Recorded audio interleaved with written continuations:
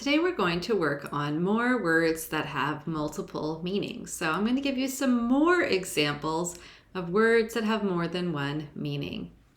For example, the word stick can mean like the stick you find on the ground from a tree that you use to roast a marshmallow, or you can also use it as a verb to stick something together. You're sticking it together, like when you're gluing something together. You could talk about a trip, like going on a vacation, or when you trip and fall by accident and hit your head on the Eiffel Tower like that poor guy's about to do. The word trunk, you can think of like an old way you would travel, or if you're traveling to Hogwarts, maybe you would pack your trunk and go to school. Or you can also think of the trunk of an elephant, or you can even think of a car trunk as well. So there's more meanings than just the couple that I'm showing you here of a lot of these words. The word wave could mean the wave of an ocean, or it could be an action word like waving hello, like that adorable little frog is doing. Just a few more examples for you. Foot can mean the body part, a foot, or it could mean the measurement, a foot, like 12 inches. Nail could be the actual physical nail that you might use with a hammer, or you could even think about the action word, like you're nailing something to the wall with a hammer. It can also mean your fingernails.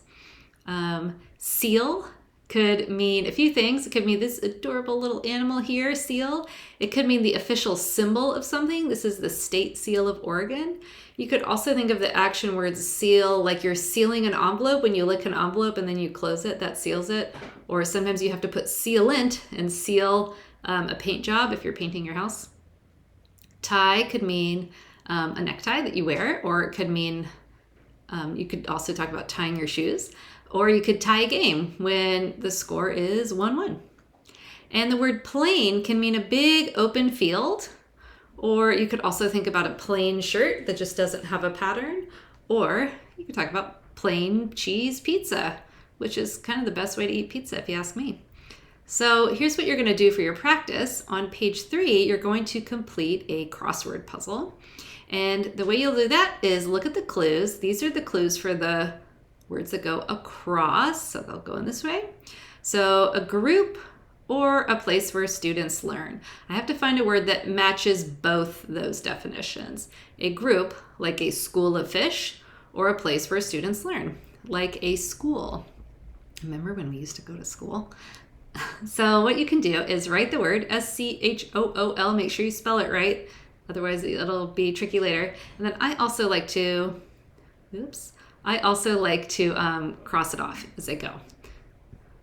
Sorry about all the zooming. Okay, cross it off as I go. And then you kind of can do it two ways to do a crossword. You could go down and just do the next a crossword, a journey, or to stumble. What I like to do is to do the one that's close to the one I just solved, because now I know that one down starts with S. So I know I can't pick plain, change, or glass because it doesn't start with S. I also know it's only 6 letters. So it kind of narrows down what your answers are. So that's how I like to solve my crosswords. So down would be the season between winter and summer, or to jump upward. Well, I know the season between winter and summer is spring. Oh, and spring also means to jump upward.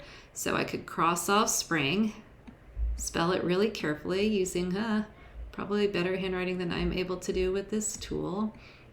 Obviously, S-P-R-I-N-G, you'll write it in there much better than I am, obviously. And I'm just gonna recommend that you also cross it off so that when you go back later, you'll make sure that you, if you've skipped one, you can go back to it.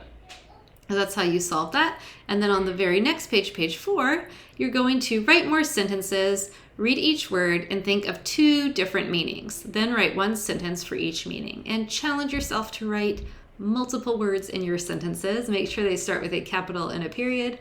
Instead of just saying duck, exclamation point, you'll say duck to get out of the way, or the duck swam in the pond. And again, if you get towards the end and you can't think of a second meaning of a word, just scroll back to the beginning of this video, because all of the words I just showed you are the words on that page. So there's 2 examples of different meanings. You can always think of a third or even a fourth meaning if you know one for yourself. There you go.